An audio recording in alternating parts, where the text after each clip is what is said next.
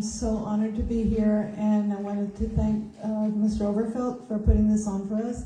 The minute I walked in here, I said, I've been in here before. I graduated from here. Well, it was a junior college at the time, and I was the PTK president, and we did our initiations in this room. So when I walked in, I was like, whoa, okay, I've been here before. Okay. But as a matter of fact, I had a shovel when we turned the ground for the new buildings. And Polly Chandler had been my high school English teacher. So this place holds a soft spot for me. I don't know how many of y'all know that I am a retired federal law enforcement officer. I served with CBP DHS when I retired. But I started out as Legacy U.S. Customs Department of the Treasury, which means that we seized narcotics and we put people in jail. So I've had a position as a supervisor for 21 of the 35 years that I was a customs agent and inspector, not an agent. Agents are something else. But I was an inspector. And I started my career here in Del Rio, at the port of entry of Del Rio. And then I was promoted to senior inspector at the port of Eagle Pass, Texas, who I was glad to leave real quick.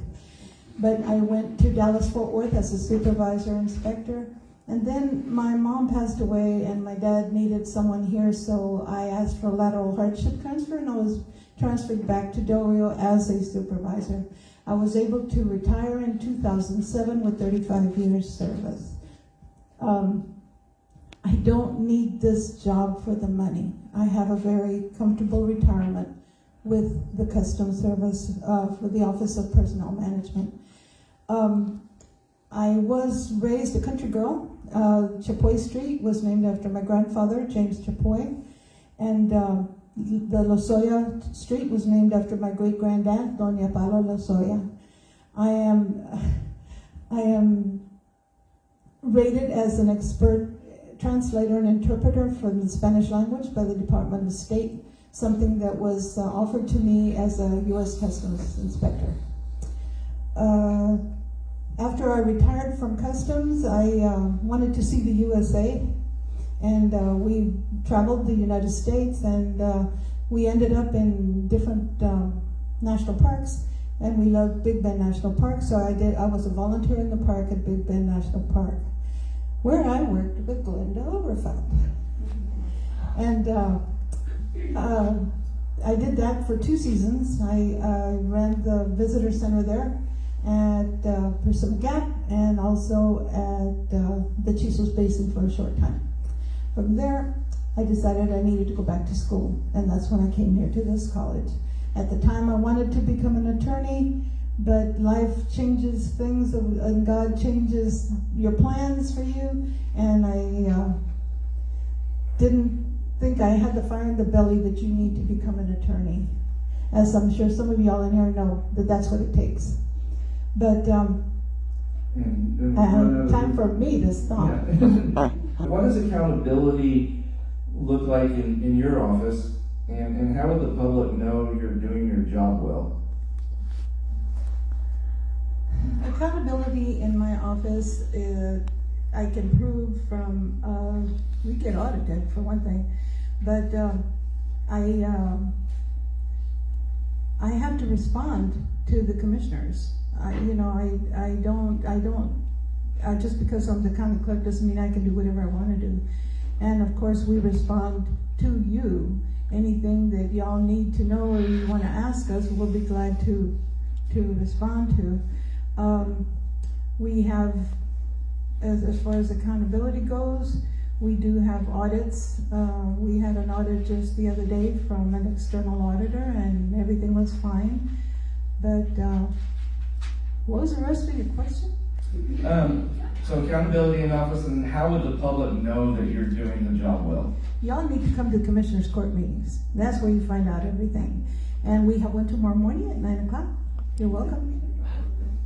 What improvements would you prioritize, or have you prioritized, to make the office more efficient and responsive to the public? When I took office, I found some significant backlogs of work. And what we have been doing is working on getting those backlogs brought up to date. And we have, as up to 2024, we have the Commissioners Court minutes that are already done, and they are indexed, and you can come in and look them up anytime you want. But from 24 to today, they're not done yet because they have to be done chronologically. And so in order for me to put in my minutes, I need to bring up the ones that were already backlogged.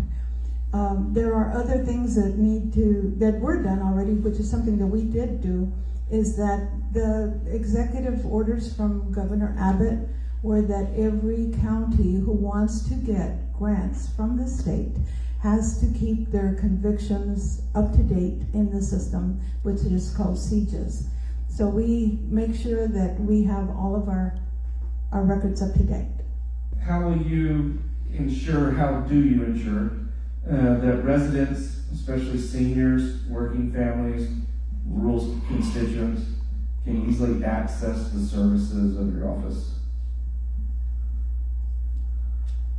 My website is pretty much where people go to look for answers regarding anything, and what they can do is they also have email access to me. As a matter of fact, almost every email that comes into the county comes to me, which is a very, very, very big part of my job because of cybersecurity. I cannot just open any email. So many times, and our IT department is fantastic, but almost every email that comes in is going to hit my email. And I don't just go click, click, click, because I know that can be very dangerous. But if you will email me, and if I don't recognize that you sound like a legitimate person with a legitimate question, you're going to get an email back from my own personal email, because I will not put the county at risk for that. I will respond from my own cell phone. Sometimes I even call from my own cell phone to people to find out if they're really Joe Blow or if they're Bad Bunny. Appreciate that. You know, I started out by telling you all about how much I love this place, and the thing is that all the Chapoys have all moved away except for myself, and even both my sons are in Louisiana, but God bless their souls. Hey. Anyway, but I love Del Rio, I love Valverde County, and I don't want to leave. One thing that my opponent brought up, which I thought was interesting, was that I wanted to make sure that y'all know that I will not, for political purposes, take advantage of my candidate's youth and inexperience. That is from Reagan-Mondale debate, 1984. Thank you very much for coming.